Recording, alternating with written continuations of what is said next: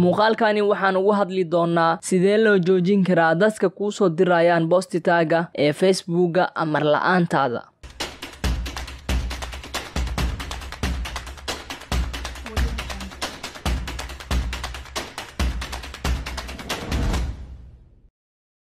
magacaygu waa Maxamed Maxamuud ku soo dhawaada Caaqil Taj. haddii ay tahay markii kugu horeysay aad soo booqatay channelkan aadna daneynaysid teknoolojiyada iyo editinka, fadlan ha iloobin in aad saartid subscribe gambaleelkana furo si aysan ku dhaafin muuqaaladeena xigo. mahadsanid.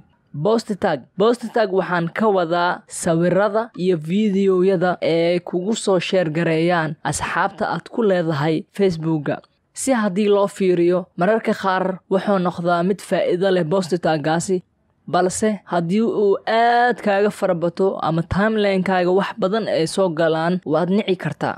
marka waxaa maanta ku tusaa sidee liskaaga xakameyn karaa post tagyada ee dadka kuu soo dirayaan.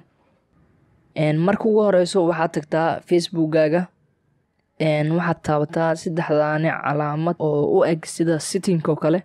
markii bacdi hoos ayaad u degaysaa, waxaad taabanaysaa settings and privacy, kadib waxaad sii dooranaysaa settings, kadib hoos ayaad u degaysaa, waxaad taabanaysaa timeline and tagging, who can post on your timeline.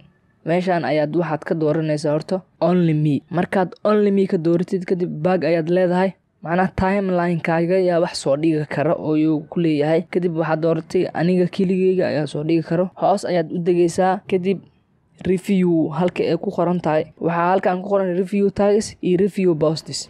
labadani meel haddii aad on aad ka dhigtid waxaad awood u yeelan kartaa wax walba oo lagugu soo taagareeyo in aad ogolaashaha ugu dambeeyo adiga aad bixisid. marka labadaba on ayaan ka dhigaynaa.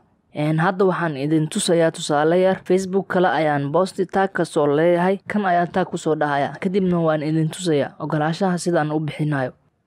hadda marka waxaa noola soo share gareeyay post tag, kadibna waan fiirin doonaa.